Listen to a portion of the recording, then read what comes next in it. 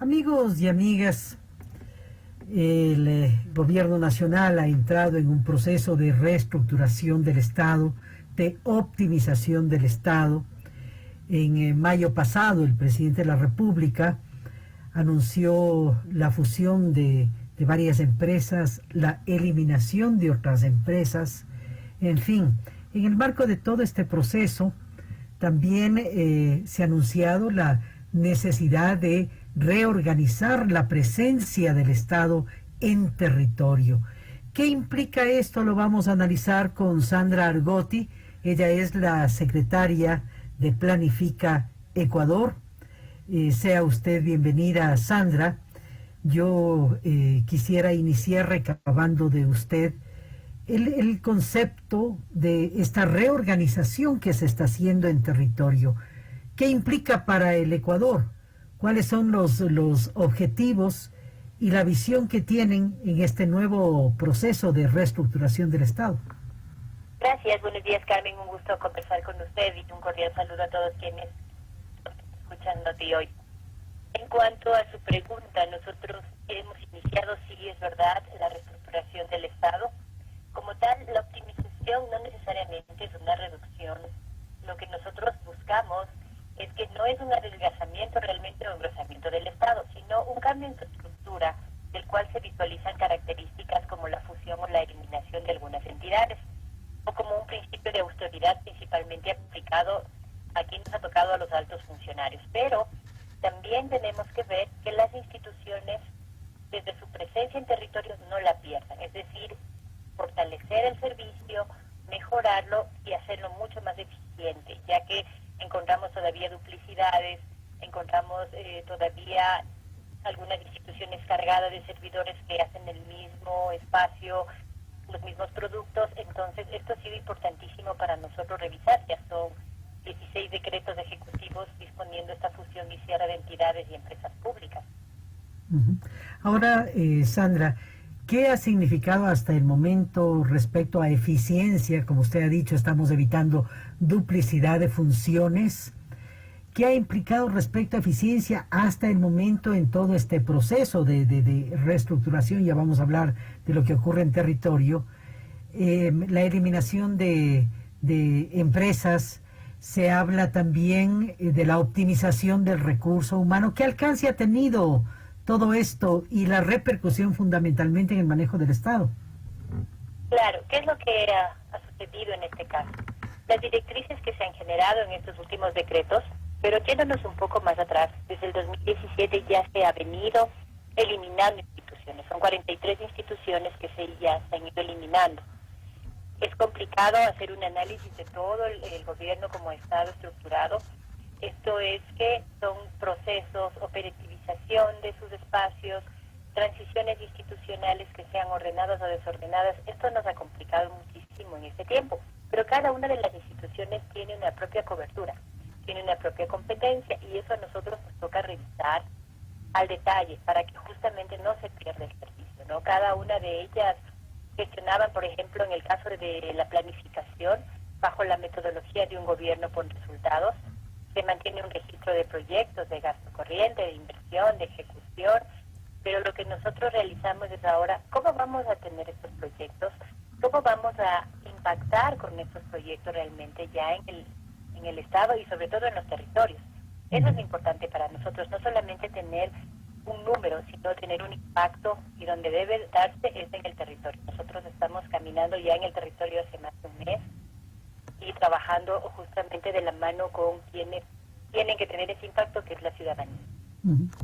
Ahora, hay también respecto, yo sé, es un tema bastante y harto complejo, además muy sensible, el tema del recurso humano, del talento humano. No obstante, se ha iniciado, por ejemplo, con la no renovación de los contratos ocasionales. Tenemos también los nombramientos provisionales, que entendemos estas dos figuras no generan estabilidad laboral. En este proceso, ¿qué implica y cuál sería la repercusión respecto al servidor público?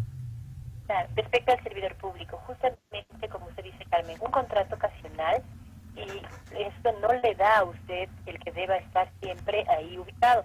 Es una ocasión, por un tiempo que le contratan a un servidor público para que realice un determinado trabajo. ¿Cierto? Un año dice la ley, ¿no? Un año y podría ser menos, dependiendo de lo que él necesite trabajar, ¿ya? Entonces, no es que se puede quedar en el sector público de siempre, que ya sea un constante puesto ahí permanente. No, sino son por momentos. Todos quienes entran en la parte de un contrato ocasional, ellos saben que tienen un principio y tienen un fin con este espacio. En el caso, más bien, del tema del nombramiento permanente, que es alguien que ganó por un concurso de méritos y otros más, si en el caso la entidad ya en estas fusiones o eliminaciones capta que es un profesional que en este momento ya no necesita la institución, tal vez su perfil profesional no se ajusta a lo que necesita, lo que se hace es indemnizar. Ninguno de los servidores públicos se han ido sin una indemnización. Eso sí les corresponde, ya depende de ellos, claro, que con su indemnización, que es lo que ellos pueden iniciar o emprender o reasignar, porque además se les paga absolutamente todo lo que es desde que ellos estaban en el inicio del sector público, en cualquier institución que haya. Entonces son lo que por derecho y por ley les corresponde. Ajá. Ahora, ¿cuál es el ahorro del Estado al no proceder con la renovación de este tipo de contratos? Es decir, el ahorro que nosotros hacemos viene desde la misma optimización. Ustedes ven que, y no es para nadie incierto, que nosotros, el servidor público en este momento está retrasado en su salario, porque no existen los recursos adecuados en el país, los de ingresos como tal. Muchas de las instituciones, como le decía, que nosotros vimos que esos lineamientos tienen y la operativizar procesos se lo puede hacer dentro de esta institución que adquiera las competencias. Y a muchas de las empresas que se están liquidando han sido pérdida más que ganancia para el Estado. Y el seguir generando pérdidas es complicado porque lo que sigue es gastando, absorbiendo y no replicando la parte productiva en el país que se necesita. Por eso ha sido importantísimo estudiar cada una de estas empresas y empezarlas a liquidar. Dentro de esa liquidación, y así también están entrando las otras instituciones del Estado, por ejemplo, hablen del Ministerio de Transporte y Obras Públicas, absorbe a Inmobiliar, a SECOP, que es el constructor, y también a Ecuador Estratégico. Entonces, esto apoya para que el EMETOP, claro, va a tener esta competencia, tendrá que buscar el perfil profesional que necesita y lo estará buscando dentro de las entidades que en este momento se fusionan, y ya habrá una producción importante. O sea, ese recurso que hacían las otras instituciones que le estaban dando en este momento.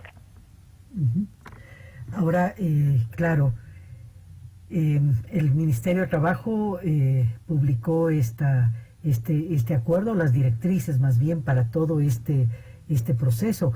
¿Qué va a pasar con las personas que no encajen, digamos, en esta reestructuración, reorganización, las personas a nombramiento, por ejemplo, o las personas que son parte o responden o están amparados, más bien sería el término, con código de trabajo? ¿Cómo se va a proceder con estos servidores? En el tema código de trabajo, que son, por ejemplo, yo le hablaría, voy a darle el ejemplo de Planifica Ecuador como tal. Cuando nosotros llegamos a la institución hace un año, tenían 16 subsecretarías. Ahora contamos con tres subsecretarías simplemente fortalecidas, donde se planifica, se hace seguimiento de esa planificación y se evalúa después del impacto de esa planificación. No se necesita una estructura tan grande en la planificación del país, y gente que realmente responda a esa planificación, eso sí, porque nosotros estamos de la mano incluso con los gobiernos autónomos descentralizados. En el caso de las otras instituciones que no, del Código de Trabajo, yo tengo en la mayoría que son conductores, conserjes, desde esa línea de trabajo, que también es muy necesaria, pero no necesitamos esa carga. Así que el Ministerio de Trabajo también estaba buscando la opción para que el Código de Trabajo sea indemnizado dentro de lo que se pueda, ¿no? Porque siempre la LOCEP es distinta al Código de Trabajo. Entonces, cada uno en su espacio, digamos, jurídico, tiene un derecho y tendrá una indemnización de acuerdo a lo que se requiere y los años de servicio que hayan tenido las personas dentro del servicio público, en cualquiera de las modalidades de las dos, de los CEP o tal vez de Código de Trabajo. Ajá. Ahora, ¿cuánto le cuesta al Estado estas indemnizaciones y qué ahorro produce en el mediano plazo o en el corto plazo? No es tan a corto plazo, es un mediano plazo, diría yo. Todavía nosotros no hemos llegado a definir exactamente. El ahorro va a ser fuerte, yo sé, es alto, porque el tener las indemnizaciones es distinto a que usted siga pagando salarios y salarios después de muchos años. En este caso se corta aquí, se paga una indemnización acorde a la legalidad de cada uno de los servidores y en adelante ya no se cuenta con ese servidor, ¿no? No se está pensando en contratar nuevas personas. Ustedes vieron que el Ministerio de Trabajo también sacó un acuerdo donde se exista la eliminación de cargos que usted ya no necesita. Hablemos mucho de los cargos administrativos. Tal vez en la parte técnica es un poco más complicado, hay que estudiarla más y aún así existen casos que se puedan eliminar realmente esos puestos, que ya no sean adecuados a lo que necesitan. La idea es nunca dejar de prestar los servicios al ciudadano y que siempre llegue con eficiencia. No es porque me optimizo, bajo tanto la carga laboral del Estado que descuido los servicios. No, nosotros tenemos que dejar que los servicios al ciudadano tienen que llegar incluso mucho mejor que antes. No es tener un montón de personal y llegar a una mayor servicio, sino al contrario, es tener un personal eficiente realmente muy productivo. Como usted ha dicho, se iniciaría entonces este proceso con el ámbito administrativo, no con aquellos niveles que generan valor agregado, generan la operatividad. Entonces, eso es muy importante también.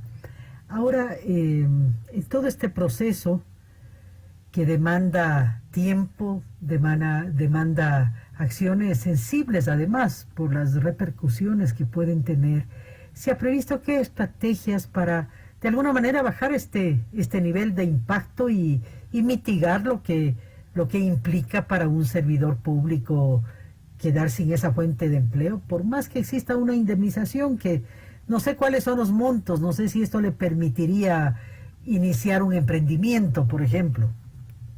Sí les permite iniciar un emprendimiento. No son las indemnizaciones, tampoco le digo elevadas y millonarias, pero sí son interesantes que nosotros, si es que tenemos una visión de trabajo, podríamos emprender un negocio, podríamos emprender algo familiar incluso, podríamos sostener, al menos les sirve para sostener a su familia. Eso sí, no es algo que uno sale de una institución y sin un centavo, no. Es bueno porque ellos tienen indemnización y de esa ya depende mucho también de la corresponsabilidad del mismo ciudadano de lo que piense hacer. Yo sé que estar acostumbrado a tener un sueldo mensual a uno le acomoda en préstamos, en todo lo que necesita la vida, en la parte social. Ahora lo que nos toca es volver a planificar y lo que se está pensando justamente es en apoyar los emprendimientos a través del Banco del Pacífico, por ejemplo. ¿Ya? Ahí está el 5% de interés. Existen bajas y en algunos espacios muchos de los organismos internacionales nos han dado créditos para justamente proyectos que sean por pandemia. Aunque necesitamos muchísimo. Usted ve la habilidad del ciudadano ecuatoriano, es impresionante porque incluso tenemos ya las mascarillas con la moda de la... Ajá. Esa es la habilidad nuestra y eso es importante. Es interesante saber que tenemos que adaptarnos a una nueva realidad. Eso sí nos toca, es un shock, es duro, pero luego cuando uno ya sabe emprender lo propio, creo que es mejor. Hablamos de qué media de indemnización. ¿Podríamos tener una media? No tengo una media porque le cuento así, cada institución tiene, digamos, voy a decirle algo, que una persona trabaja 7, 15, 20, 30 años, entonces para cada uno tienen que revisar cada uno de los directores de talento humano las imposiciones. ¿Qué quiere decir? Que si yo estoy 7 años aquí en Planifica, por decirle algo, pero vine de atrás del Ministerio de Agricultura y otro tiempo trabajé en el Ministerio de Educación, todo eso se suma. Entonces cada uno de los ciudadanos y de los servidores públicos es un mundo de cada uno. Entonces eso es dependiendo de lo que esas personas han venido trabajando antes o iniciaron. No dudo tan pronto porque los nombramientos no se han dado en este tiempo. Entonces sí, un mínimo deben tener ellos unos 7 años de trabajo. Ya. Otros muchos más, he visto muchos más que son sobre los 50,000 a veces, otros reciben 14,000, 20,000, 18,000. Depende muchísimo del tiempo de trabajo de ellos, de servicio. Ya. Y este nuevo modelo debe ser implementado por todas las instituciones, por todos los ministerios, por las secretarías de Estado. ¿En qué tiempo, Sandra?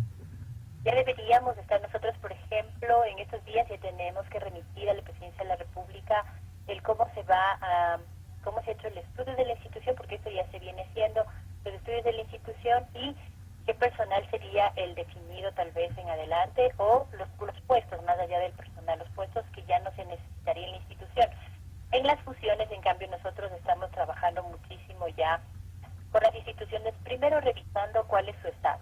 Luego la parte de los proyectos que ellos manejaban tienen que pasar a las otras instituciones. Todo eso ya estamos articulando con todos ellos. Ya hemos hecho un adelanto muy alto, porque además, de acuerdo a los decretos, nosotros teníamos entre 30 y 60 días. Y en el caso de todas las instituciones públicas de la optimización, tienen que presentar esto al Ministerio de Trabajo, a la Presidencia de la República y es el Ministerio de Finanzas también por la parte presupuestaria.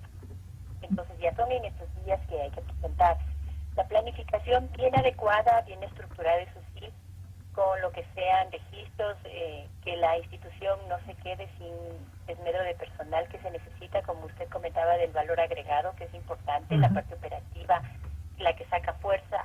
A eso tenemos que también saber cómo lo vamos a sostener y reestructurar dentro de las mismas instituciones. Bien, Sandra, muy gentil, muchas gracias por haber atendido nuestro llamado, y en efecto no se debería topar, como ha manifestado la secretaria de Planificación,